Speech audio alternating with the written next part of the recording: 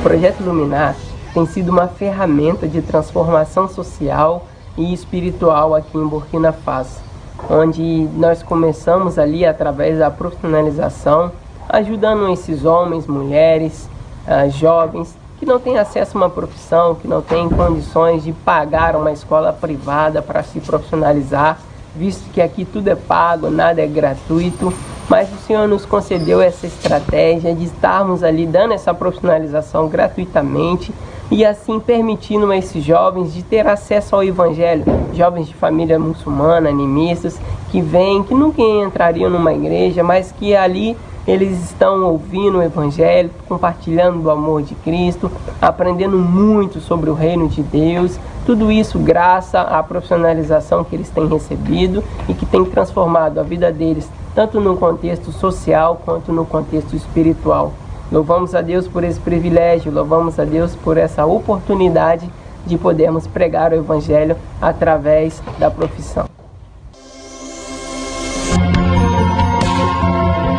A paz do Senhor, queridos, me chamo Renata, sou missionária em Burkina Faso, no oeste da África, junto com meu esposo Albert, com o nosso filho Bernardo.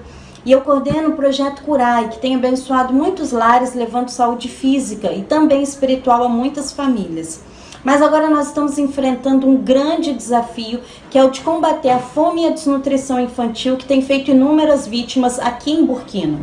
Então nós estamos lançando o programa Adote uma Criança, que consiste em apadrinhar uma criança desnutrida com um valor mensal de R$120 por um período de 6 meses. Esse valor será usado para a compra do leite e da farinha multimistura, que ajudará a complementar a alimentação dessas crianças. Então você que deseja participar dessa grande obra ou conhece alguém que pode nos ajudar, não deixe de entrar em contato conosco e você estará recebendo uma ficha com os dados da criança adotada e poderá acompanhar mensalmente sua evolução até que ela saia dessa zona de risco. Faça parte você também, junto podemos salvar muitas crianças. Deus vos abençoe e um grande abraço nosso.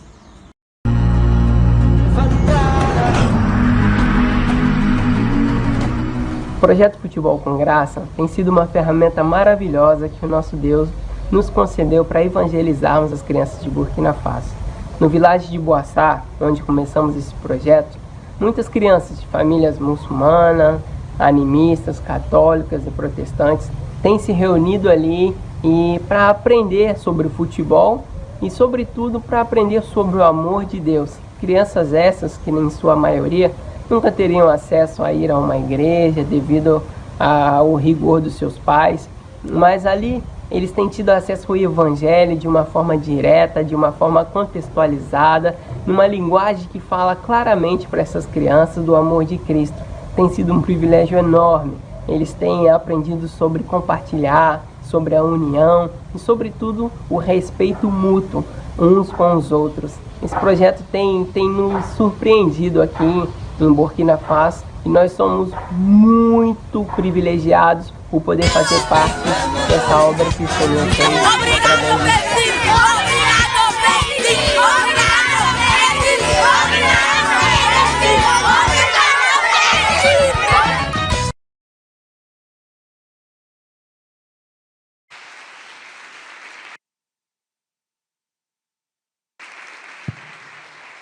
Glória a Deus, queridos. Participar da obra missionária é um privilégio. É um privilégio de todas as formas poder servir ao Senhor.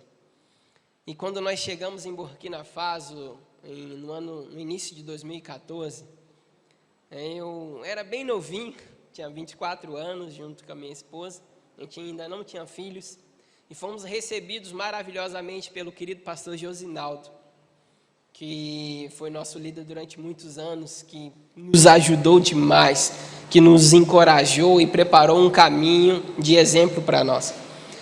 Mas nós chegamos no norte de Burkina Faso, e quando você chega no norte de Burkina, você entra numa região um pouco complicada. Por quê? Porque o norte de Burkina Faso é conhecido como o Sahel africano, que é o sul do deserto do Saara. É uma região árida, uma região muito seca, muito quente e extremamente muçulmana. 99% das pessoas que moravam ali eram muçulmanos. E para o muçulmano, pregar o evangelho difere um pouco daquilo que a gente está acostumado aqui no Brasil. Apesar de não ser uma república islâmica, onde era proibido pregar, em Burkina não é proibido pregar. Não é uma lei que proíbe, mas há uma rejeição muito grande à pregação do evangelho. Mas essa rejeição, ela tem uma barreira que ela é atravessada, mas ela só é atravessada através do amor. Quando nós chegamos em Burkina, ali no norte, e a gente viu que as palavras não funcionavam, a gente viu que não adiantava falar para um muçulmano que Jesus ele era o pão da vida, porque a gente fala, então me dá esse pão aí. A gente come uma vez por dia, se Jesus é o pão, a gente quer se alimentar. Não adiantava falar para uma mulher que bota uma lata na cabeça e anda de 14 a 20 quilômetros para buscar água, que Jesus é a água viva e quem beber dela nunca mais terá sede. Lógico, o texto explica um contexto espiritual da coisa, mas como eles iriam entender esse contexto espiritual se a gente não vivesse esse amor para eles? E aí o Senhor foi dando estratégias, e através do pastor Josinaldo também, vendo o trabalho que ele fazia ali de perfuração de poços artesianos, de implantação de escolas, a gente foi tendo direção de Deus e abrimos ali um centro de profissionalização no norte, onde eu trabalhei muitos anos com elétrica no Rio de Janeiro e falei, por que não ensinar elétrica para essa galera, para a juventude? Não tem empresa aqui, não tem trabalho, eles não têm uma profissão, são pastores de cabrito em sua maioria. E aí eu comecei a dar um curso de elétrica. No começo foi difícil porque fui desencorajado por muitas vezes, principalmente pelos alunos, porque o meio ao qual eles viviam meio que pressionava eles continuar naquela situação. E aí um dia um dos alunos falou comigo, cara, por que você está ensinando isso pra gente? Meu avô foi pastor de cabrito, meu pai também, e o meu futuro é herdar os cabritos do meu pai e dar continuidade. E aí eu pensei naquilo a noite toda e falei, Deus, não pode ser só isso. E a única coisa que eu fazia para esses meninos é permitir que eles tivessem uma profissão, e eu pedi a eles que me dessem 5 minutos no final de cada aula para compartilhar o amor de Deus. E num belo dia, eu passando um dos videozinhos depois de uma aula, sempre vídeos motivacionais para introduzir o evangelho, um dos meninos se levantou no meio do vídeo, era um vídeo sobre compartilhar o amor, e o amor ia circulando até voltar na pessoa. Um menino levantou bravo e falou, isso tudo é uma mentira, isso tudo é coisa de vocês ocidentais, vocês vêm aqui e tentam nos enganar, falando que o amor existe. É muito bom nesse momento a gente estudar antropologia, porque aí eu entendo que na língua daquele menino, que era de uma tribo fulane, não existe a palavra amor. E eu estava ali tentando ensinar para ele o que era amor, se na língua dele não existia essa palavra. Ele ouviu a palavra amor da língua francesa, e eu estava comunicando com ele em francês, então não fazia muito sentido para ele. E ele esbravejou, eu deixei ele esbravejar, botou para fora os sentimentos, falou que aquilo tudo era uma mentira. E aí depois que ele falou, os meninos ficaram assustados. Eu virei para ele e falei, Uman, o nome dele era Uman, quanto que você paga para estudar aqui? Aí ele, nada. Falei, quanto que você paga para tomar um cafezinho, um chazinho aqui comigo depois da aula? Ele, nada. Eu falei, quanto que você paga pela profissão que você está recebendo e pelo material que você vai receber depois? Ele, nada. Eu falei, então, eu queria te dizer uma coisa. Você não paga nada porque o preço já foi pago um dia. E eu estou aqui para demonstrar para você que o amor existe. Eu não estou aqui porque eu sou bonzinho ou porque eu gostei de você. Eu vim aqui porque um dia Jesus me amou. E a forma de eu demonstrar esse amor por você é dedicar a minha vida para que a sua vida seja mudada. E aí, para a glória de Deus, queridos, foram várias turmas que se formaram. Eu tive vários testemunhos de meninos que conseguiram trabalho, locais, aldeias que chegou a energia elétrica e os meninos já sabiam trabalhar, implantando as placas solares, sustentavam suas famílias e o principal, tinham acesso ao Evangelho de Cristo. Porque eles eram muçulmanos e nunca pisariam numa igreja, mas a igreja foi até eles através de uma profissionalização. Eu queria falar um pouquinho também do projeto da minha esposa. Queria que ela estivesse aqui, mas infelizmente tivemos um pequeno imprevisto. Ela não pôde vir com as crianças. Já quero adiantar, como eu adiantei de manhã, vocês perderam a melhor parte. Vocês ficaram com a pior parte, que sou eu. A melhor parte de nós dois é ela. Se ela estivesse aqui, ela falaria muito bem. Mas a minha esposa, ela é enfermeira. E quando ela chegou em Burkina, quando você chega num país muito pobre, é natural que exista a fome. E ela viu ali que Burkina não existia SUS. Então, se você passa mal e tem dinheiro, você vai no hospital e compra remédio. Agora, se você passa mal e não tem dinheiro, você fica na mão dos curandeiros e muitas das vezes morre. A gente viu por alguns momentos pessoas morrerem de malária, que em 3 comprimidos resolve, pessoas morrerem de diarreia, de desnutrição e tantas outras coisas. E aí ela logo no início, vendo essa situação, vendo meninos que andavam com os braços tortos simplesmente porque teve uma pequena fratura e não teve condições de ir no ortopedista. E aí ela falou, não, eu preciso fazer alguma coisa.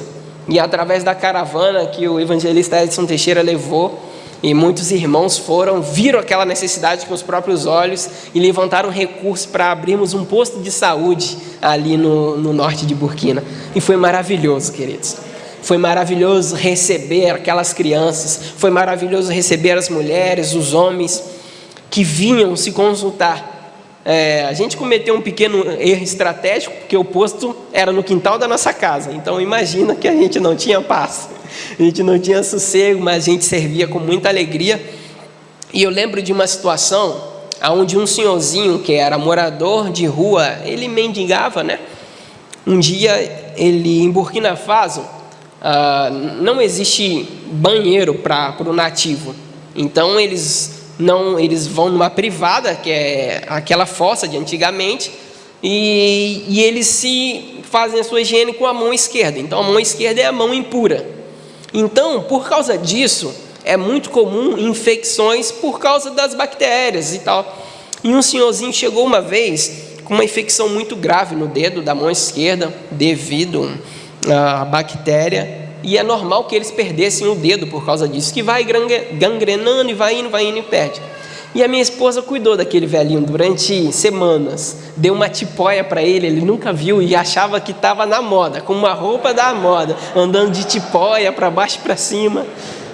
E no final de uma semana e mais alguns dias, o seu dedo já ficou legal e ele voltou. E lá eles usam túnica, né? O muçulmano usa aquele vestidão, aquela túnica.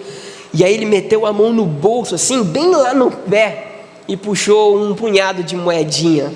Devia ter uns 70 centavos, assim, uma conversão para a nossa moeda. E todo feliz, ele falou, eu queria pagar pelo seu serviço prestado. Aí minha esposa baixou a cabeça, falou com ele, meu senhor, eu não preciso do seu dinheiro. Eu preciso só do seu tempo para me ouvir uns minutos. E aí, uma coisa que é quase inacessível, uma mulher falar a um muçulmano. Mas sabe o que quebra essas barreiras? Não é a nossa capacidade humana, mas era o amor de Cristo que atravessa as barreiras.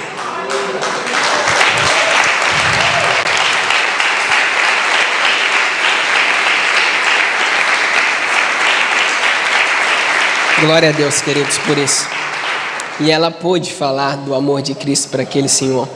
Um homem que nunca entraria numa igreja, mas pôde ouvir que existe um Salvador que se preocupa com ele e que nos enviou até aquela localidade para cuidar e demonstrar um amor por ele. E são N experiências durante 6 anos de combate à nutrição infantil e de tantas outras coisas. Mas por causa do tempo a gente vai resumir o máximo aqui. Eu quero só falar do último projeto que vocês viram ali. Apesar de trabalharmos também com implantação de igreja, discipulado nativo, formação de obreiros nativos, abrir escolas e tantas outras coisas, mas a gente abriu também uma escolinha de futebol. E o africano ama futebol, ele é apaixonado por futebol. E muitas portas me foram abertas por causa do futebol, inclusive. E logo quando eu abri a escolinha de futebol e chamei muitos meninos, eu me deparei com um problema grave da sociedade. Eu falei hoje pela manhã, aqueles que estavam lá vai saber, mas na sociedade lá, vamos supor que meu filho Bernardo estivesse aqui. Se meu filho Bernardo tem 4 anos, estivesse num culto aqui, e ele começasse a correr aqui, ó, para atrapalhar o culto, meter o pé no fio ali, começar de uma forma a nos atrapalhar. Qualquer um entre nós, não necessariamente eu como pai, mas qualquer um dos irmãos estaria autorizado a levantar, dar um tapa na orelha do Bernardo e mandar ele sentar. Porque na cultura africana, quem educa não é os pais, mas sim a sociedade. Então a função de educação de uma criança, ela repousa sobre qualquer indivíduo da sociedade. Então pensa comigo, numa sociedade onde todo mundo pode bater no filho de quem quiser, a única coisa que nos resta é a violência. Então no primeiro treino de futebol com as crianças, 5 minutos de treino, era fato que ia ter briga. Era óbvio. E aí, 5 minutos, briga. E aí eu vi naquela brigaiada, já botei a mão na cabeça com medo dos meninos machucar. E aí, quando eu olhei para procurar o obreiro nativo, que era o africano que me ajudava ali, que a gente estava formando ele já não estava mais do meu lado. E quando eu assustei, ele estava com uma vara gigantesca, dando varada nas crianças, tudo. E aí eu botei a mão na cabeça e falei, meu Deus, rapaz, a gente é crente, não pode bater no filho dos outros, não sei o quê. Ele virou para mim e falou, como assim não pode bater no filho dos outros? Eu apanhei a minha infância toda de qualquer um. Eu apanhei na escola, apanhei no futebol, apanhei na rua, e aqui só se aprende na violência. E aí eu refleti um pouco, fiquei meio mal e falei, não vai ser assim. Chamei ele e falei, olha, vamos punir os meninos? Aí ele ficou todo feliz, punir? Vamos. Eu falei, então a partir de hoje a gente joga a vara fora. Aí ele não entendeu bem, eu falei, a partir de hoje o treino começa às 17 horas. O sol se põe às 18. Quem brigar vai correr até o sol se pôr. Beleza? Beleza, então tranquilo. As crianças brigavam, insultavam, batiam ao outro. Vai correr, filho, até o sol se pôr. Depois, você é novo, não vai morrer de correr. E eles corriam. A primeira semana, a maioria já parou de correr. Na terceira semana, ninguém mais queria correr. Resultado, os pais vieram conversar com a gente. Aí eu falei, ixi, acho que eu fiz alguma coisa errada na cultura e tal. Mas os pais vieram nos criticar, nos questionar de fato, por que os filhos deles não estavam mais brigando em casa. Por que os filhos deles não estavam mais respeitando a mãe? Porque na cultura africana, em Burkina Faso precisamente, as mulheres não têm valor nenhum, nem para os filhos. E aí eles vieram nos questionar, e aí o pastor que estava comigo nesse dia falou, não, é porque Jesus está transformando a vida desses meninos. E aí, através de atitudes simples, queridos, o evangelho ia entrando através dessas crianças e entrando nas suas famílias, até que nós tivemos acesso a muçulmanos, a mulheres de muçulmanos que não podia nem falar com um homem. Através dessas estratégias nós pregamos o amor de Deus. Muitos nos questionam, mas espera aí, e abrir a Bíblia e pregar e tal. Eu falei, a gente faz isso também, mas, tá ali. Mas a gente não tem como separar a vida do físico do espiritual. Sabe por quê? Porque Jesus não fez isso. Em nenhum momento, quando as pessoas se apresentaram diante de Jesus com uma dificuldade, ele falou assim, olha só, eu vou só orar por você e você vai em paz. O evangelho que Jesus pregou para o povo da sua época e para nós, é que aquele que está necessitado, nós devemos ser o socorro para essa voz que clama. E aí, quando a pessoa estava com fome diante da sua pregação, ele manda os discípulos dar de comer e faz uma multiplicação. E aí, quando um cego precisa enxergar, ele ora, faz alguma coisa. Quando as pessoas estão necessitadas, Jesus ensina esse evangelho para nós. Então a gente não pode fechar os olhos para os necessitados. E foi essa estratégia que o Senhor nos deu. E tivemos o privilégio de ver tantas igrejas abertas, tantas vidas se batizando, se convertendo ao Senhor. E Deus continua sendo glorificado, porque toda a glória é dele. Glórias a Deus. Ele merece.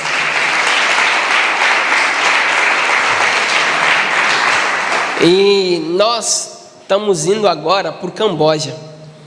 Nós saímos de Burkina Faso devido a algumas situações de risco para a nossa vida, para a vida da nossa família, do terrorismo, mas a gente está indo para uma região nova, para o sudeste da Ásia, que é o Camboja, uma nação onde, com 16 milhões de habitantes, e 1,5% da população conhece a Cristo, o resto não conhece. Sem noção do que 1,5% dos cambojanos só têm acesso a Cristo. E nós temos um desejo grande de trabalhar com esses povos, os não alcançados. E o Senhor está nos encaminhando para lá. E nós contamos com as orações dos irmãos, com a intercessão dos irmãos, porque sozinhos nós não somos nada. Juntos nós somos melhores, amém? Eu queria compartilhar um texto com os irmãos brevemente, que se encontra em Jeremias, no capítulo 12, no versículo 5 em diante.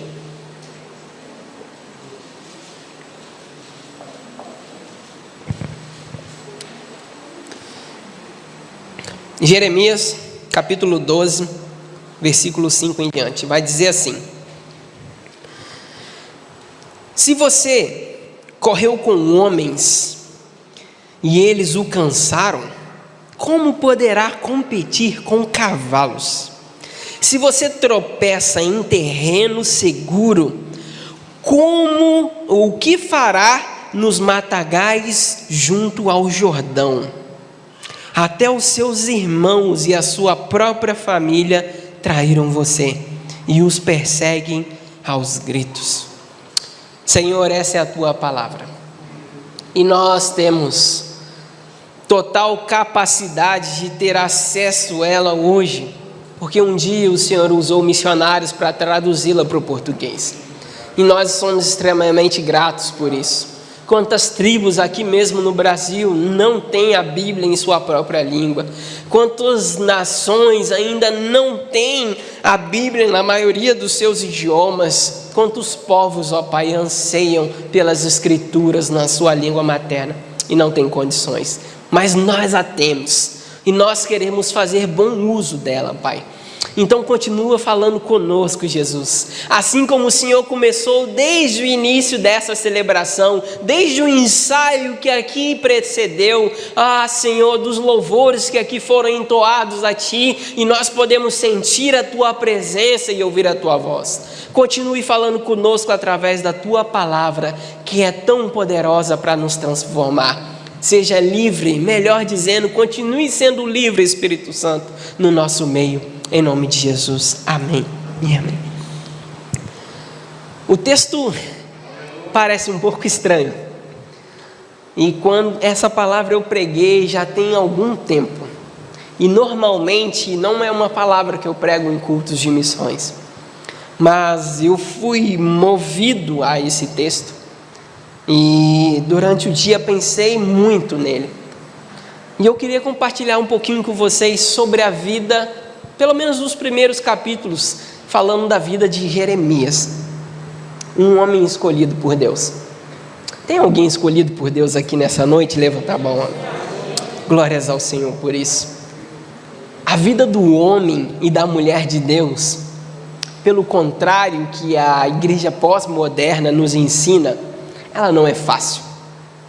Ela é cheia de situações que aparentemente parecem dificultosas, parecem ser difíceis, mas também ela tem uma garantia para todo homem e mulher de Deus: melhor é estar no centro da vontade daquele que nos chamou. E assim foi a vida de Jeremias. Jeremias nasceu em meio a um período conturbado. Jeremias viveu em meio de um povo que tinha se voltado para Deus. E Deus o levanta como homem de Deus em meio a uma geração perversa, para predizer, para profetizar um futuro cativeiro, porque o povo não queria mais a Deus. Mas a vida de Jeremias não foi nada fácil. Quando a gente analisa o capítulo 12, Jeremias ele fala algumas coisas que até soam engraçado para mim. Ele vira para Deus no capítulo 12, versículo 1 e fala: Tu és justo, Senhor, quando apresento uma causa diante de ti. Contudo, eu gostaria de discutir contigo sobre a tua justiça. E Jeremias se apresenta diante de Deus para discutir um pouco sobre a justiça do Pai. É engraçado para a gente isso, mas no nosso meio hoje, a maioria de nós já fez isso em algum momento. Porque nós, os seres humanos, nós vivemos diante de uma sociedade hoje onde nós precisamos estar bem. E onde tudo aquilo que nos impulsiona, nos pressiona a vivermos alguns momentos de aprendizado, nós nos colocamos numa situação um pouco agressiva, um pouco duvidosa.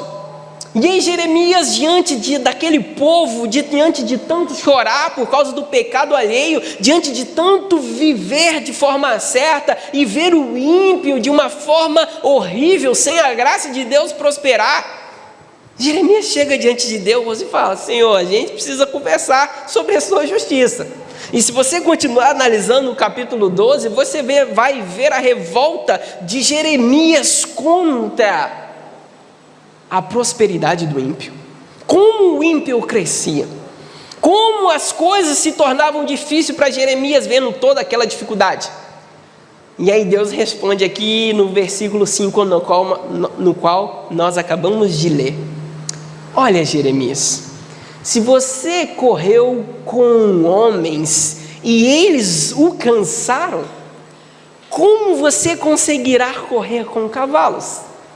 Se você andou em terreno plano e tropeçou, imagina quando eu te enviar para os matagais em volta do Jordão.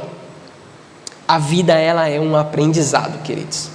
E na maioria das vezes, nós temos dificuldade com o novo, e principalmente se o novo foge daquilo que entendemos como segurança. Eu fui para Burkina Faso, um país que ninguém dá nada. E quando eu ia conversar com alguém que já conhecia, falava: vai para lá não, rapaz, o povo lá, cara, e eles não querem Deus. E de muitas formas tentaram nos fazer desistir. E de muitas formas tentaram nos desanimar daquilo que Deus nos chamou para fazer. Mas não sei quantos aqui perceberam, tem uma frase logo no início que fica aqui, acho que é: estamos juntos por algo que é maior do que nós, logo no início, antes de começar o culto. E isso faz todo sentido, porque se eu e você estamos diante de uma situação e acreditamos que o reino de Deus e o evangelho é maior do que nós vamos vencer qualquer momento, mesmo que seja um período de pandemia. Eu não sei diretamente porque Deus me orientou a essa palavra, mas eu sei que Deus quer falar com alguém nessa noite. Não sei se é você presencialmente ou você na sua casa. Mas como Jeremias, muitas das vezes nós nos desanimamos. Quer ver uma situação? Um dia eu me encontrava em Burkina Faso, no norte, em pleno verão, suportando um calor terrível de 54 graus no termômetro, aonde a gente não conseguia respirar, porque lá não é úmido, é deserto, então não existe umidade. A umidade, tinha dia que batia 7%. Que umidade é essa? Os estudiosos vão dizer que 30% é o mínimo para a gente viver. E a gente estava lá tendo que botar toalha molhada em cima do corpo e molhar o colchão para dormir de noite, tendo que aprender o francês, tendo que comer aquela comida que era muito ruim, tendo que suportar muitas situações, e a gente fazendo aquilo tudo com amor. Eu tendo que ver a minha esposa às vezes mal, porque o calor nos sufocava. E aí quando estava tudo bem, e eu já diante de toda essa pressão, me chega um pastor nativo e vira para um dos meus conhecidos, porque ele não teve coragem de falar comigo.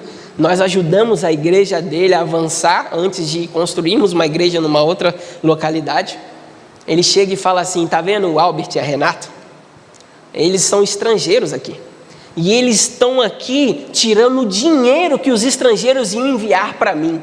Se a presença deles não tivesse aqui, eu estaria melhor de vida. E aí ele começou a difamar essa mentira assim no meio do vilage.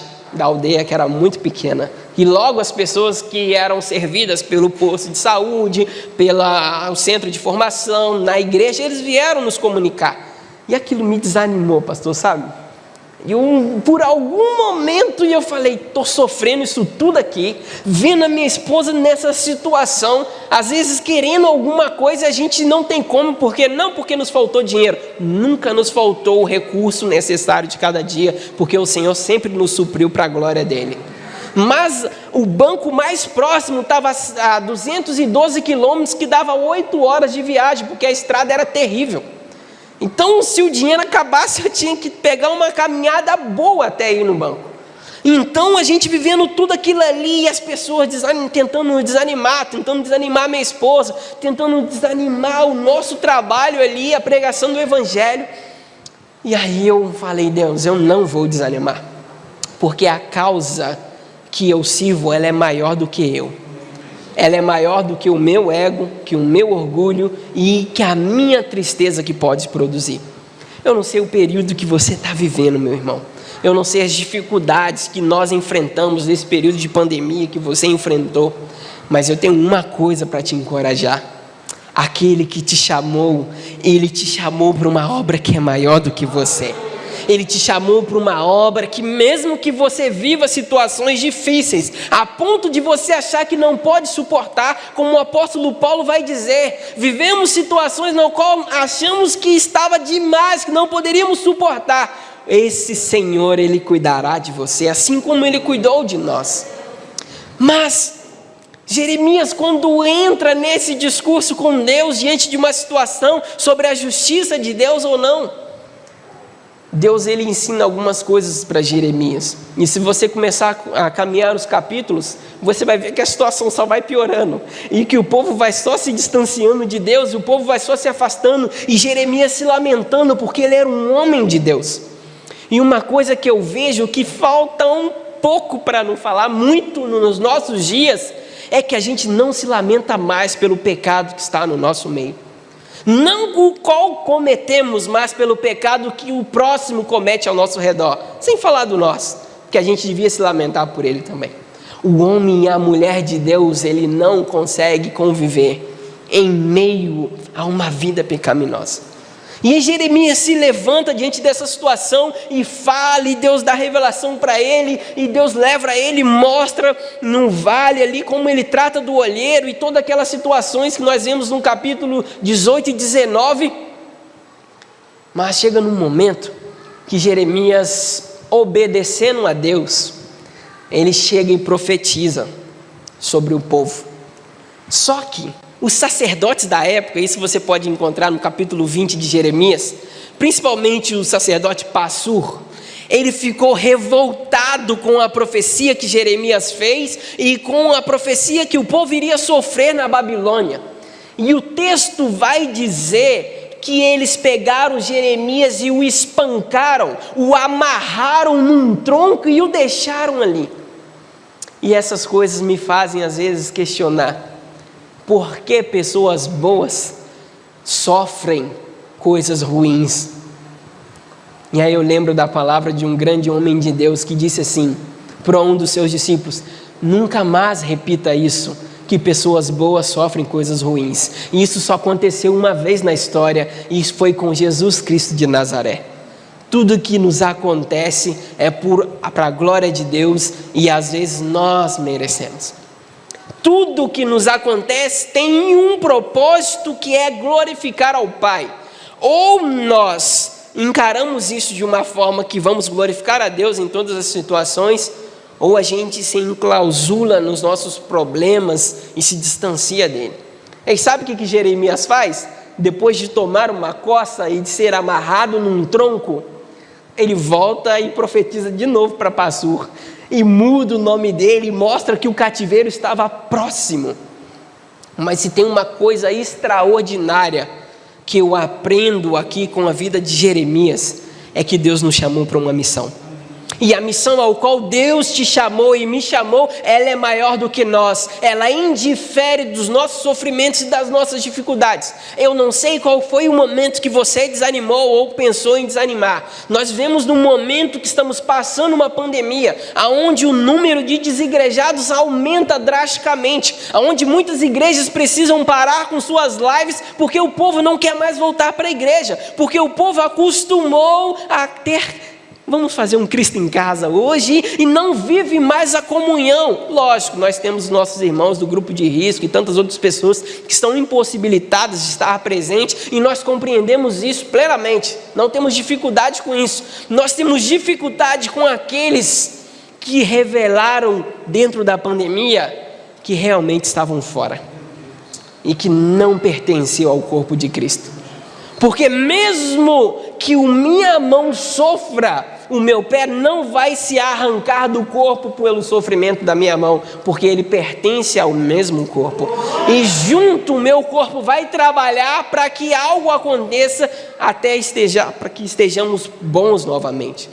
E nós, como corpo de Cristo, queridos, precisamos trabalhar de uma forma árdua para que o corpo de Cristo volte a estar saudável.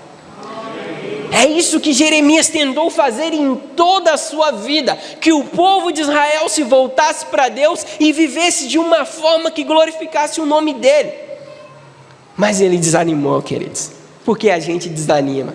Em alguns momentos ele teve essa conversa íntima com o pai, e muitos homens da história tiveram essa conversa íntima com o pai.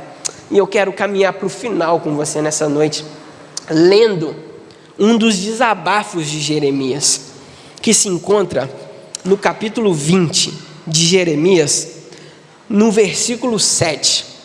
Aqui nós encontramos um subtítulo com mais uma queixa de Jeremias. Capítulo 20 do livro de Jeremias, no versículo 7 em diante, Jeremias começa assim: Senhor, tu me enganaste, eu fui enganado, foste mais forte do que eu e prevaleceste. Sou ridicularizado o dia inteiro e todos zombam de mim. Sempre que falo é para gritar que há violência e destruição. Por isso, a palavra do Senhor trouxe-me insulto e censura o tempo todo. Mas se eu digo, não mencionarei mais, nem falarei o seu nome, é como se um fogo ardesse em meu coração, um fogo dentro de mim. Estou exausto tentando contê-lo e já não posso mais. Eu aprendo demais com Jeremias, querido. Porque apesar de todas as dificuldades, de todo momento difícil que Jeremias passou, o seu espancamento, o insulto, a zombaria, as pessoas que desprezavam ele por ser profeta e pela situação ao qual se encontrava, em algum momento ele questionou a Deus e conversou de uma forma respeitosa sobre a justiça do Pai.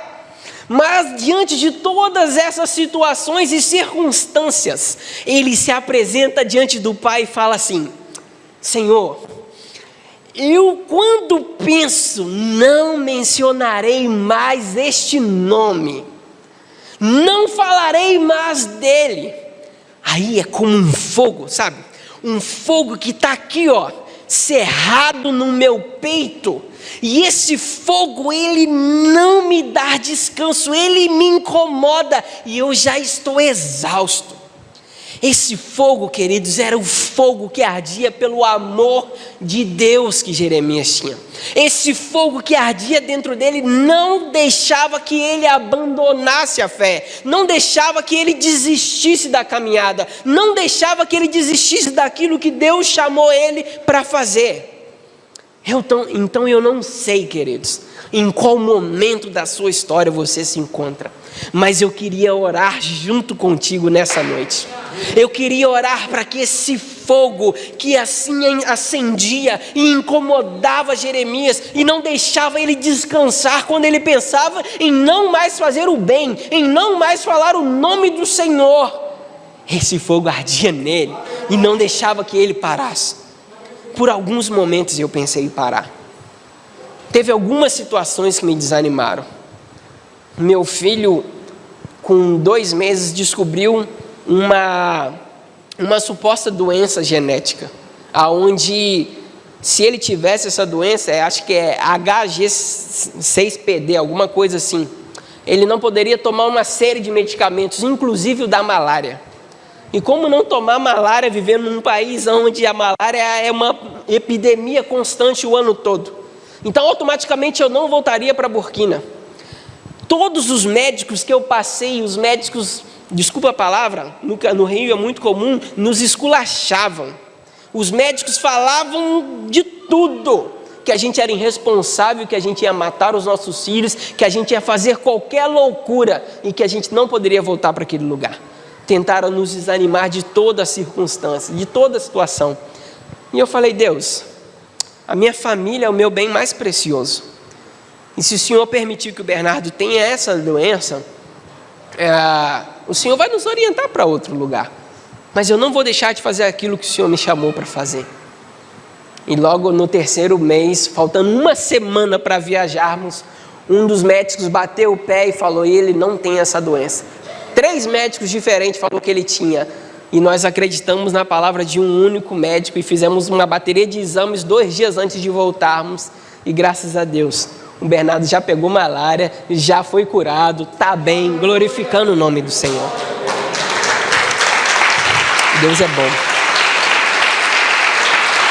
Deus é bom. Muitas situações durante essa vida vão tentar nos desanimar, nos fazer parar. A gente, numa vida missionária, a gente se torna pessoa pública. E uma das vezes a minha esposa, quero terminar aqui, te chamar para orar. Uma das vezes nós estávamos pregando numa igreja e uma irmã veio, assim, o Bernardo era novinho, nem tínhamos o antro. O Bernardo tinha 1 aninho e pouco. E a irmã falou assim, olha irmã, sabe o que acontece? Vocês são missionários, né? Eu falei, somos. A Renata, sim, nós somos, querido. Então, eu estou com umas roupas aqui, são muitas roupas, elas não estão novas não, é tudo de menina. Mas eu sei que seu filho é menino, mas como vocês são missionários, moram na África, não tem problema vocês pegarem essas roupas, né? E a Renata falou, ô irmã, a gente não usa roupa de menina no nosso filho, porque ele é menino. Ela falou, não tem problema, afinal de contas vocês são missionários. E aí a Renata saiu, eu despedi da irmã, lágrimas correu no olho dela e falou, amor, por que isso? Eu falei, amor, são só situações que tentam ferir o nosso ego, o nosso orgulho.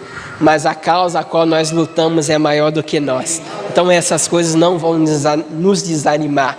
E aí esse fogo de Jeremias capítulo 20 é o que nos mantém de pé.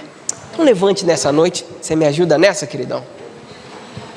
Eu tenho certeza, queridos, que vocês já ouviram muitas coisas para tentar pará-los, para tentar desanimá-los, para tentar fazer com que vocês estejam fora daquilo que Deus chamou vocês para fazer, fora do centro da vontade dEle.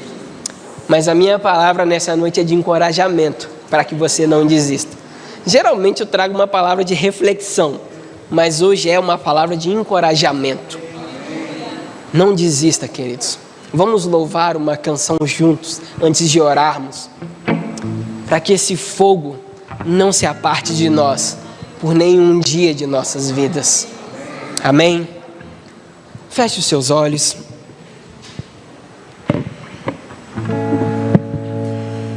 Tem um fogo cerrado em meu peito, que não me dá descanso. Eu não tenho descanso. Eu tenho um fogo cerrado em meu peito, que não me dá descanso. Eu não tenho descanso. Ouvi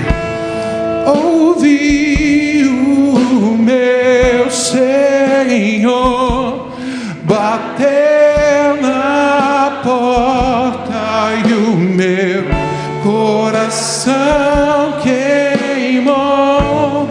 Ouvi o meu Senhor bater na porta e o meu coração queimou. Diga, eu não vou parar, gastarei minha vida aos teus pés. Posso te ouvir? Diga, não vou parar. Eu não vou parar, gastarei a vida aos teus pés. Assim, ó. Eu tenho um fogo cerrado em meu peito que não me dá descanso. Eu não tenho descanso. Agora, bota no seu peito e diga: vem! Eu tenho um fogo cerrado em meu peito que não me dá descanso. Eu não tenho descanso. Deixa queimar, deixa queimar, deixa queimar, deixa queimar, deixa queimar, deixa queimar.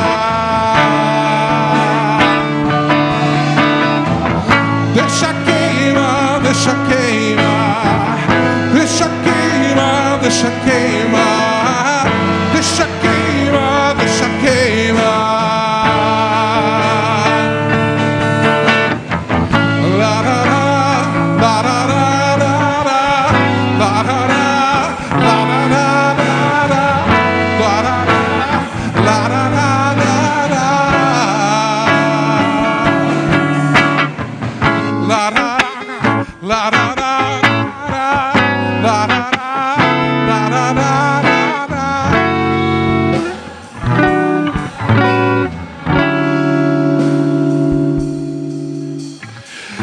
deixa queimar, deixa queimar, deixa queimar, deixa queimar, deixa queimar, deixa queimar,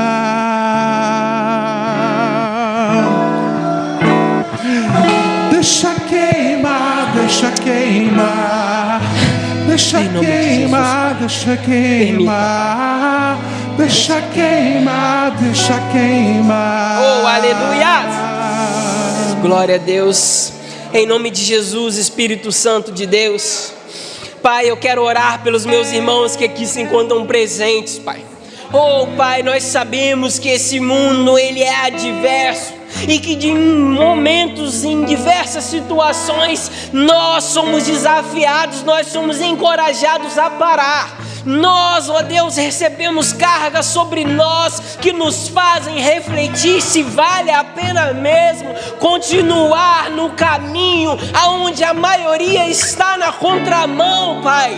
Mas em nome de Jesus nós estamos presentes aqui, suplicando, Senhor, a Tua presença, ao Senhor, Pai bendito, Espírito Santo, a nos fortalecer, a nos ajudar, a cada um de nós, a superarmos, ó Deus, as nossas limitações, a superarmos os nossos sentimentos, a superarmos as nossas dificuldades, por uma causa que é maior do que nós. Aleluia. E essa causa é o Senhor, Pai. Aleluia. Nós queremos continuar te glorificando, te exaltando, te bendizendo, indiferente daquilo que nos sobrevém.